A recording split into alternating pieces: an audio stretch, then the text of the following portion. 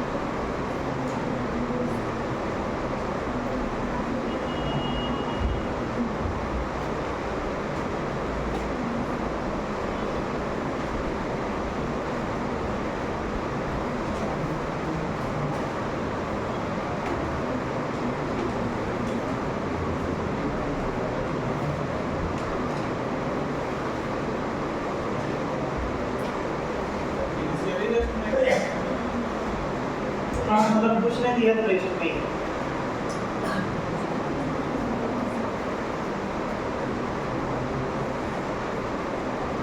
अगर कंफ्यूजन है तो लिख सकते हैं पार्ट के लिए at rest at t equal to 0। अब कुछ नहीं दिया है तो मतलब रेस्ट में सभी नहीं है।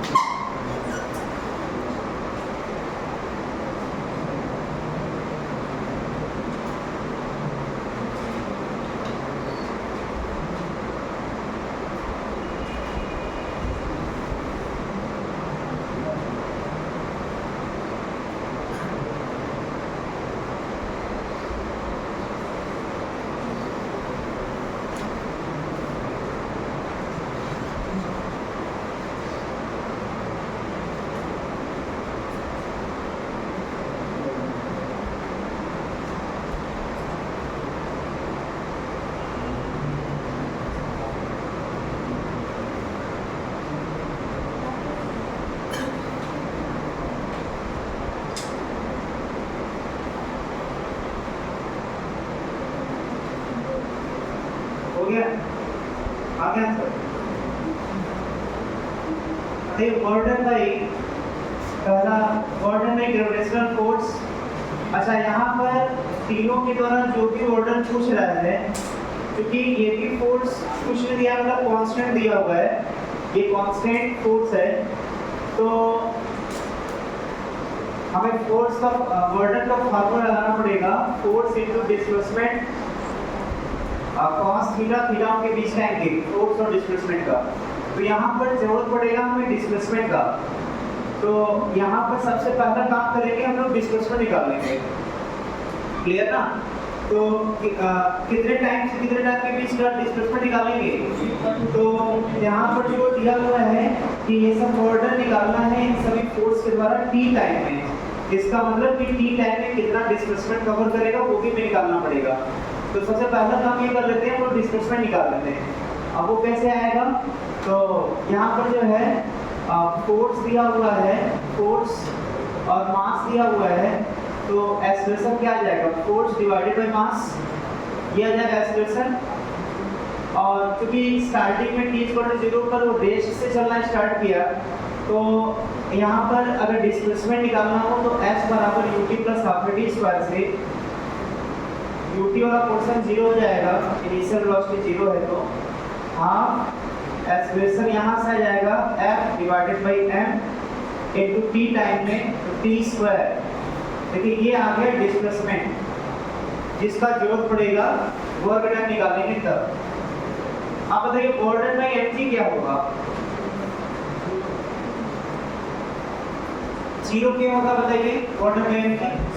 तो यहाँ पर हाँ, यहाँ पर जो है एफडी बना करके देखेंगे, नॉर्मल ऊपर mg नीचे, और जो डिस्प्लेसमेंट है वो इधर की तरफ है।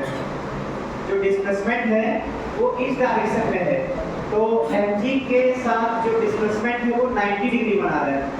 तो यहाँ पर 90 डिग्री होने की वजह से work done by mg 0, work done by normal तो वो भी वही कंडीशन बना रहा है, नॉर्मल भी डिस्प्लेसमेंट के साथ 90 डिग्री बना रहा है, ये भी 0 हो जाएगा। Work done by force F के द्वारा वर्क डन, तो क्या हो जाएगा? फोर्स कांस्टेंट है और कांस्टेंट फोर्स है, तो ये फार्मूला अप्लाई हो जाएगा F इनटू यहाँ पर D का वैल्यू डिस्प्लेसमेंट, तो डिस्प्लेसमेंट हम लोग अलग से निकाल चुके हैं टी टाइम में, ये हो जाएगा half F by m into T square. यहाँ से इसको सिंप्लीफाई कर लेंगे, F square half m T square, ये आ गया work done by force F। अब तीनों के द्वारा वर्क डन आ गया। लास्ट और क्या पूछ रहा है इसमें? Kinetic energy at time t। तो काइनेटिक एनर्जी का फॉर्मूला क्या होता है? काइनेटिक एनर्जी इक्वल हो जाएगा हाफ mv स्क्वायर, क्लियर? और यहाँ पर जो है हाफ m, अगर t टाइम पर, जिस टाइम पर काइनेटिक एनर्जी पूछ रहा है, अगर वेलोसिटी निकाल लें कौन से फॉर्मूले से? v बराबर u प्लस at से, क्लियर? तो v बराबर u प्लस at वाले फॉर्मूले से इनिशियल वेलोसिटी 0 है और t टाइम पर वेलोसिटी पाना है, एक्सेलरेशन हम निकाल चुके हैं, force divided by mass into t, ये आ गया वेलोसिटी। और ये वेलोसिटी हम लोग यहाँ पर रख देंगे तो काइनेटिक एनर्जी आ जाएगा, ये आ जाएगा f t बाई m का स्क्वायर, और इसको सिंप्लीफाई करेंगे, m से एक m कैंसिल होगा, एक m नीचे बचा रहेगा, स्क्वायर है, एक m बचा रहेगा, तो ये रिजल्ट आ जाएगा f square t square divided by 2m। मतलब यहाँ पर इस क्वेश्चन में रिजल्ट देखिए, जैसे वर्क डन बाई फोर्स बाकी दोनों के द्वारा तो 0 है, उसकी बात ही नहीं करेंगे। अगर टोटल फोर्स के द्वारा वर्क डन देखा जाए तो 2 के द्वारा तो 0 है, तो बचा अकेले F के द्वारा वर्क डन। तो क्या जो वर्क डन के द्वारा, जो फोर्स के द्वारा जो वर्क डन आ रहा है, क्या वो काइनेटिक एनर्जी के बराबर है क्या? यहाँ पर काइनेटिक एनर्जी बराबर है, तो यहाँ पर ध्यान देंगे, ये एक रूल वर्क एनर्जी थ्योरम होता है, तो हम लोग उस रूल से ये कह सकते हैं कि सभी फोर्स के द्वारा जो वर्क डन आएगा, क्योंकि 2 के द्वारा 0 ही था तो कोई दिक्कत ही नहीं था, अकेले यही बचा हुआ है, तो सभी फोर्स के द्वारा जो वर्क डन आएगा वो उसके चेंज इन काइनेटिक एनर्जी। लेकिन चेंज इन काइनेटिक एनर्जी यहाँ पर स्टार्टिंग वेलोसिटी क्या था? स्टार्टिंग में 0 था वेलोसिटी, तो स्टार्टिंग में काइनेटिक एनर्जी 0 हो जाएगा, और ये जो काइनेटिक एनर्जी आ रहा है ये t टाइम पर आ रहा है।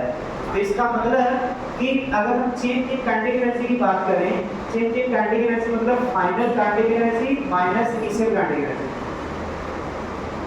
अगर हम चेंज इन काइनेटिक एनर्जी की बात करें तो इनिशियल तो 0 हो जाएगा, क्योंकि शुरुआत में उसका वेलोसिटी 0 है, और फाइनल काइनेटिक एनर्जी ये है, तो जो काइनेटिक एनर्जी फाइनल वाला है, क्या वही चेंज इन काइनेटिक एनर्जी बराबर हो जाएगा? क्योंकि इनिशियल 0 है, इनिशियल 0 है, तो जो काइनेटिक एनर्जी फाइनल वाला आएगा वही चेंज इन काइनेटिक एनर्जी के बराबर होगा। तो यहाँ पर ये कहा जा सकता है कि सभी फोर्स के द्वारा जो किया गया टोटल वर्क डन है वो इसके चेंज इन काइनेटिक एनर्जी के बराबर होगा। इसी कारण से दोनों का आंसर सेम आ रहा है, क्लियर ना? एक क्वेश्चन अभी इस पर हम करवाएंगे और उसके बाद ये थ्योरम को प्रूव कर लेंगे 2 क्वेश्चन करके। एक क्वेश्चन तो ये प्रूव कर ही दिया कि work done by force kinetic energy के बराबर होता है, चेंज इन काइनेटिक के बराबर होता है। एक और क्वेश्चन करेंगे, उससे देखेंगे वहां भी बराबर आएगा, work done by all the forces equal to change in kinetic energy. इसको नोट कर लीजिए, फिर आगे बढ़ते हैं अगले क्वेश्चन।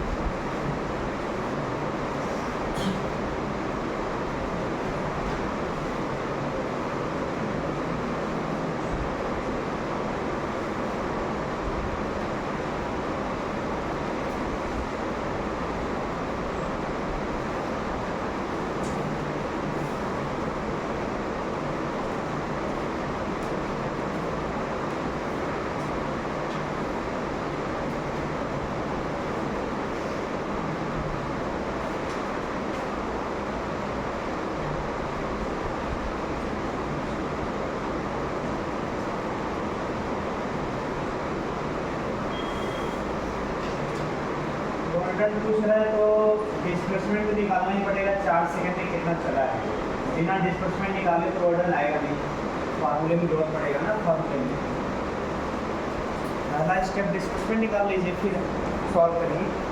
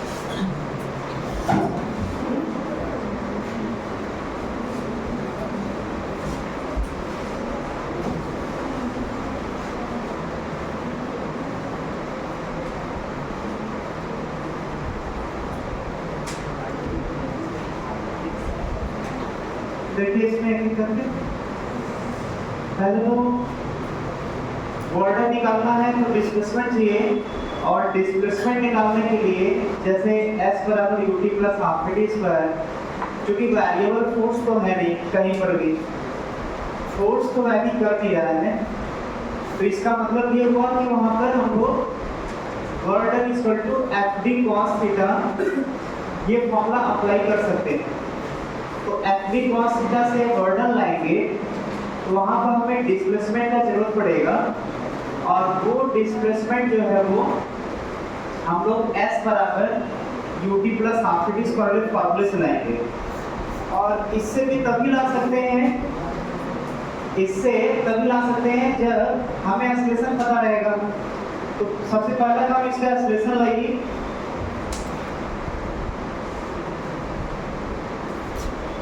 एक्सप्रेशन पता रहेगा तभी तो यहाँ पर रखेंगे, बाकी सॉल्व करेंगे। तो यहाँ पर इसका कंपोनेंट तोड़िए पहले, इस डायरेक्शन में कितना आएगा cos 53 0.6 मतलब आ जाएगा ये 16 नहीं 12 आएगा, और इस डायरेक्शन में आएगा 16, ये कंपोनेंट तोड़ लीजिएगा, ठीक है। और न्यू इक्वल टू दिया है 0.5, mg 20 आएगा और नॉर्मल ऊपर आएगा। तो यहाँ पर ये तो कंपोनेंट टूट चुका है, तरीका क्या होता है, फ्रिक्शन दिया हुआ है, सबसे पहला काम नॉर्मल निकालिए। जब ऊपर का फोर्स नीचे के फोर्स को बैलेंस करेंगे तो नॉर्मल का वैल्यू 4 आएगा, यहाँ से n प्लस 16 20 के बराबर होगा, तो यहाँ से नॉर्मल का वैल्यू कितना आएगा 4।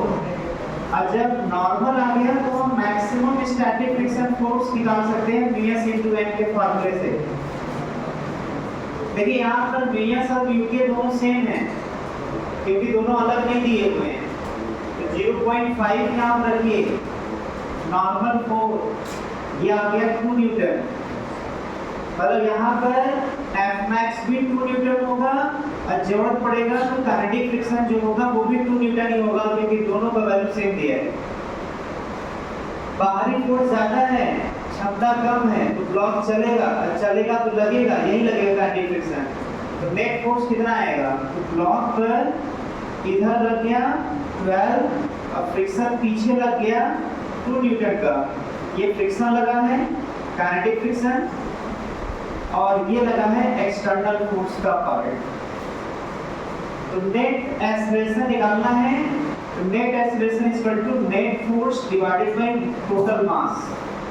तो नेट फोर्स आएगा 12 में से 2 घटाएंगे 10, 12 में से 2 घटाएंगे 10 डिवाइडेड बाय टोटल मास जो है वो 2 kg है। यहाँ से एक्सेलरेशन आ गया 5 मीटर पर सेकंड स्क्वायर। पहले इतना स्टेप पूरा करके हमें एक्सेलरेशन पाना था। एक्सेलरेशन मिल गया। इनिशियल वेलोसिटी कितना दिया हुआ है 10। देखिए इनिशियल वेलोसिटी दिया हुआ है 10 मीटर पर सेकंड। टाइम कितने टाइम में डिस्प्लेसमेंट निकालना है, तो जितने टाइम में वो ऑर्डर पूछ रहा है 4 सेकंड में ऑर्डर पूछ रहा है प्लस एक्सेलरेशन आ गया 5 4 का स्क्वायर। ये देखिए आ गया 40 और ये कितना आएगा 40। ये टोटल आ गया 80 मीटर। ये आ गया डिस्प्लेसमेंट। पहले तो पूरा फ्रिक्शन और न्यूटन्स लॉ का कॉन्सेप्ट लगा करके हमें एक्सेलरेशन पाना था, मतलब काइनेमेटिक्स न्यूटन्स लॉ फ्रिक्शन यहाँ यूज हुआ, काइनेमेटिक्स यहाँ यूज हो गया और यहाँ से आ गया 80 मीटर डिस्प्लेसमेंट। अब बताइए हमसे पूछ रहा है वर्क डन, तो बताइए work done by normal force और वर्क डन बाई mg, ये दोनों जीरो। इसका रीजन पहले वाले क्वेश्चन में बता चुके हैं। ठीक है 90, मतलब पहला और दूसरा इन दोनों का आंसर मिल गया 0 0। अब तीसरा क्या पूछ रहा है work done by friction force. तीसरा क्वेश्चन क्या पूछ रहा है work done by friction force. बताइए work done by friction force कितना होगा, तो यहाँ पर 2 kg के ब्लॉक का डिस्प्लेसमेंट देखें, 2 kg ब्लॉक का डिस्प्लेसमेंट देखें तो इस डायरेक्शन में होगा 80 मीटर। यहाँ से लेकर के यहाँ तक ये 80 मीटर डिस्प्लेसमेंट होगा और जो फ्रिक्शन फोर्स लगेगा वो उसके डिस्प्लेसमेंट के अपोजिट में लगेगा, मतलब डिस्प्लेसमेंट हो रहा है आगे की तरफ जबकि काइनेटिक फ्रिक्शन लग रहा है पीछे की तरफ। क्लियर?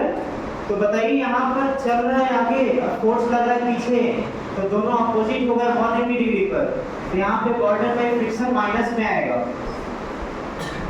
माइनस में इसलिए चलिए उसको फार्मूले में रखेंगे तब भी माइनस आ जाएगा। बताइए फ्रिक्शन फोर्स कितना लगेगा यहाँ पर 2 न्यूटन। डिस्प्लेसमेंट कितना कवर किया 80 मीटर और cos 180 का वैल्यू -1 होता है, यहाँ से जाएगा -160 जूल। ये आ गया work done by friction force. चौथा किसके द्वारा work done by external agent. बताइए एक्सटर्नल एजेंट का 2 कंपोनेंट होता है। एक कंपोनेंट एक्सटर्नल एजेंट का डिस्प्लेसमेंट के डायरेक्शन में और दूसरा कंपोनेंट परपेंडिकुलर किसके डिस्प्लेसमेंट के 60 न्यूटन। तो कितने का बोला है सर कि जो एक्सटर्नल फोर्स का परपेंडिकुलर वाला कंपोनेंट है, किसके परपेंडिकुलर डिस्प्लेसमेंट के। डिस्प्लेसमेंट हो रहा है आगे की तरफ और जो 20 का ये वाला कंपोनेंट आ रहा है इसके साथ 90 डिग्री बना रहा है, तो इसके द्वारा वर्डन 0 हो जाएगा। बचेगा केवल कौन सा 12। वैसे भी कल फार्मूला जब लिखवाए थे तो हम बोले भी थे कि किसी भी फोर्स का वो कंपोनेंट लिया जाता है जो डिस्प्लेसमेंट के डायरेक्शन में होता है। तो 20 का केवल ये वाला कंपोनेंट हमारे काम का होगा। तो work done by external agent हो जाएगा, work done by external agent हो जाएगा फोर्स इनटू डिस्प्लेसमेंट, जो उस डायरेक्शन में फोर्स लगा उसको लेंगे। तो फोर्स हो गया 12 इनटू डिस्प्लेसमेंट हो गया 80। कितना है 960 जूल। क्लियर ना? यहाँ पर हम फोर्स डिस्प्लेसमेंट के डायरेक्शन वाला लेंगे, ये वाला 0 दे देगा। चलिए ये तो आ गया 4 क्वेश्चन का आंसर जो चारों पूछे थे वर्क डन। अब बताइए चेंज इन काइनेटिक एनर्जी क्या होगा, क्योंकि ये भी तो पूछा गया था ना चेंज इन काइनेटिक एनर्जी 0 से लेकर के 4 सेकंड के बीच में। तो बताइए वो कितना आएगा। तो देखिए t 0 पर जो वेलोसिटी दे रहा है वो 10 मीटर पर सेकंड है। क्लियर? और t 4 सेकंड पर वेलोसिटी आएगा v बराबर u प्लस at वाले फार्मूले से, ये आ गया 10, एक्सेलरेशन आ गया कितना 5 इनटू टाइम कितना आ गया 4 सेकंड, वही तो है। यहाँ से कितना हो जाएगा 30 मीटर पर सेकंड। देखिए जीरो टाइम वाला जो वेलोसिटी होगा वो इनिशियल वेलोसिटी का रहेगा, जो 4 सेकंड वाला वेलोसिटी होगा वो फाइनल वेलोसिटी का रहेगा।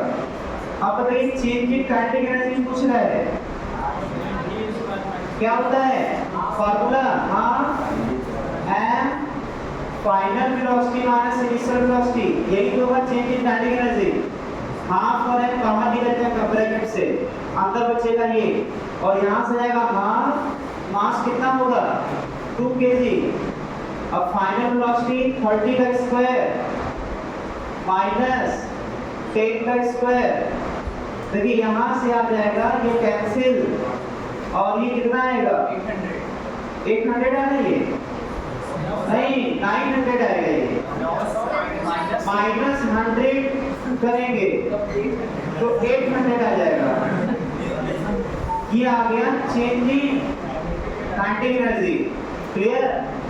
अच्छा ऐसा करिए, चारों फोर्स के द्वारा जितने वर्क डन आए सबको जोड़िए, चारों के द्वारा टोटल वर्क डन जोड़िए सबको, कितना आ रहा है तो 960 और माइनस 160, जब जोड़ेंगे तो 800 आएगा। तो work done by all the forces ये हमेशा बराबर होगा चेंज इन काइनेटिक एनर्जी के। और ये दोनों क्वेश्चन, इसके पिछले वाले क्वेश्चन में भी यही मैच किया था और यहाँ पर भी मैच कर रहा है, तो ये किसी इत्तेफाक से मैच नहीं कर रहा है, ये वर्क एनर्जी थ्योरम एक रूल होता है, थ्योरम होता है, उसी थ्योरम से ही मैच करता है, जो हमेशा मैच करेगा, क्लियर ना। इसको नोट कर लीजिए तो फिर वो थ्योरम लिखवा देते हैं। एक तरह से ये क्वेश्चन भी हो गया, ये प्रूफ भी हो गया, क्लियर ना। चलिए इसको नोट करिए, फिर आगे बढ़ते हैं। अब जिसको नहीं समझ आया पूछ सकता है दोबारा। इसमें न्यूटन्स लॉ भी यूज हुआ है, फ्रिक्शन भी यूज हुआ है, काइनेमेटिक भी यूज हुआ है, वर्क ऑन एनर्जी भी, बस कर सर्कुलर मोशन छोड़ करके सब चैप्टर यूज हुआ है।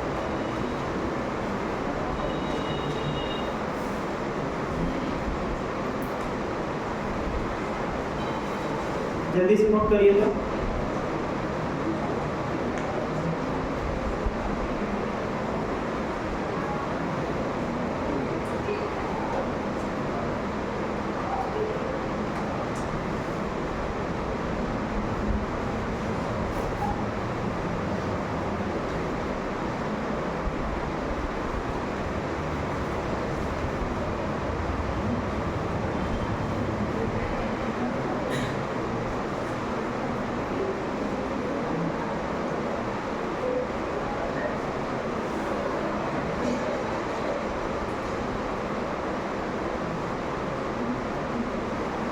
कितने बच्चों को डेंगू हो चुका है, जो ठीक हो चुके हैं वो करके आगे जाइए।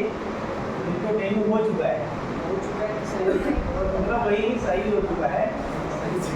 अच्छा 50% हो गया।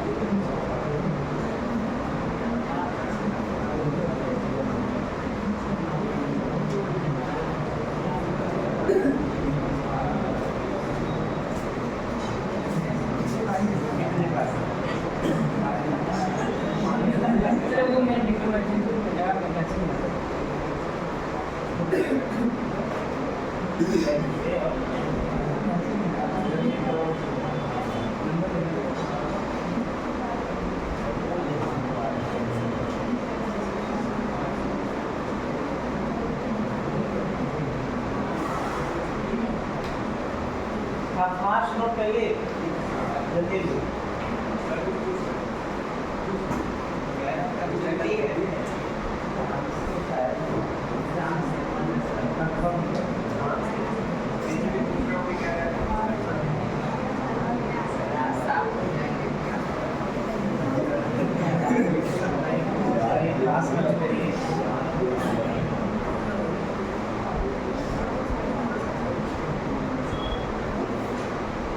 कहीं किसी को पूछना है पूछ ले इसमें। हाँ बताइए बताइए।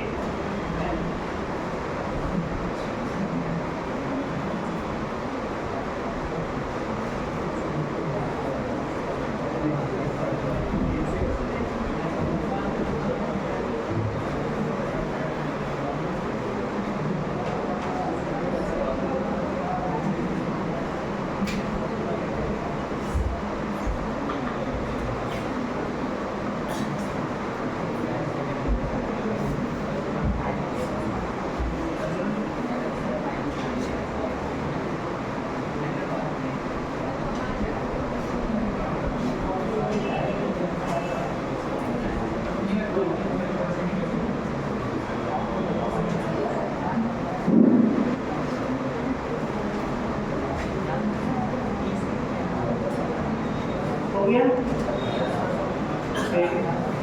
फिर इसमें जो है नोट करने के बाद देखिए work done by all the forces, मतलब work done by normal, work done by MG मतलब gravitation, work done by friction force और work done by external force, ये सभी मिल करके कितना आ रहा है? ये आ गया -160, ये 960 और सभी मिल करके आ गया 802। And change in kinetic energy half M, ये भी आ रहा है 800।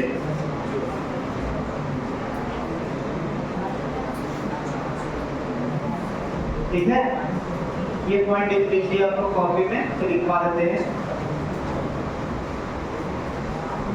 इसको नोट कर लीजिए।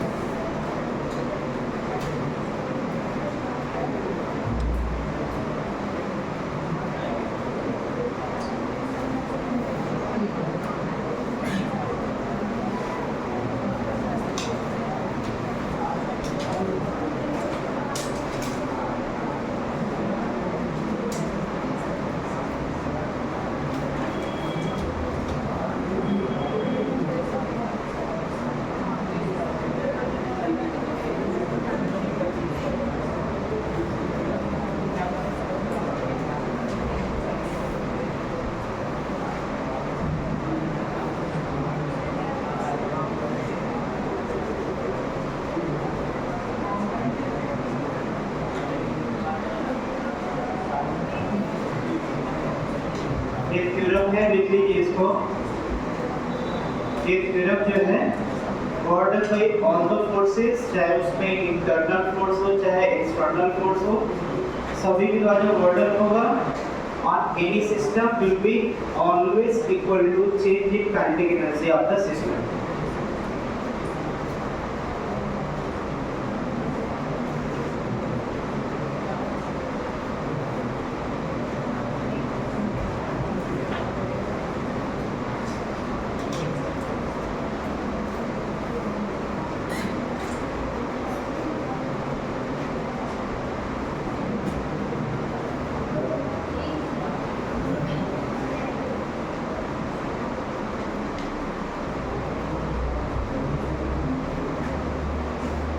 और इसके नीचे लिख दीजिएगा यहाँ पर work done by all the forces equal to change in kinetic energy, और इसको कंसे के अंदर ऐसे बंद कर देंगे, मतलब इसको याद कर लेंगे।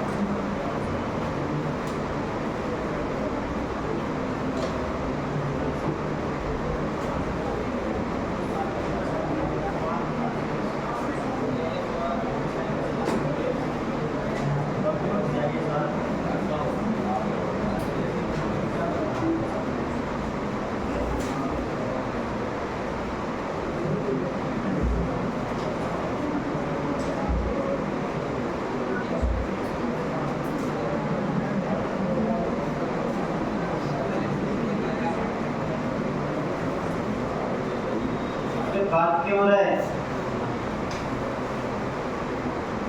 इधर इसके बारे में सोचना चाहिए, जो कंफ्यूजन है उसको पूछना चाहिए।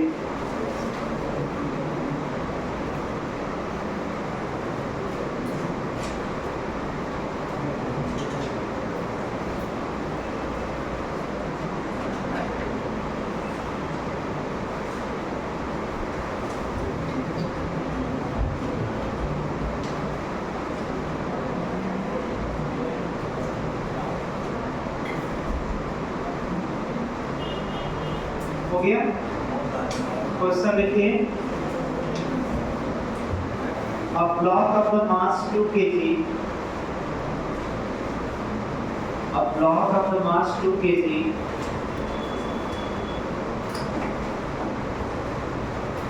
is released, a block of the mass 2 kg is released at height 20 meter, at height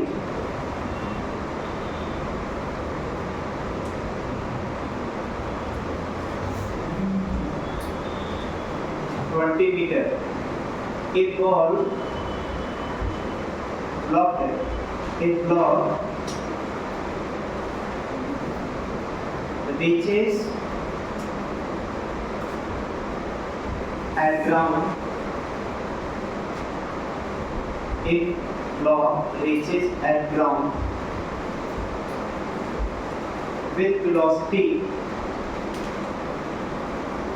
15 meter per second, then find work done by air resistance. Then find work done by air resistance.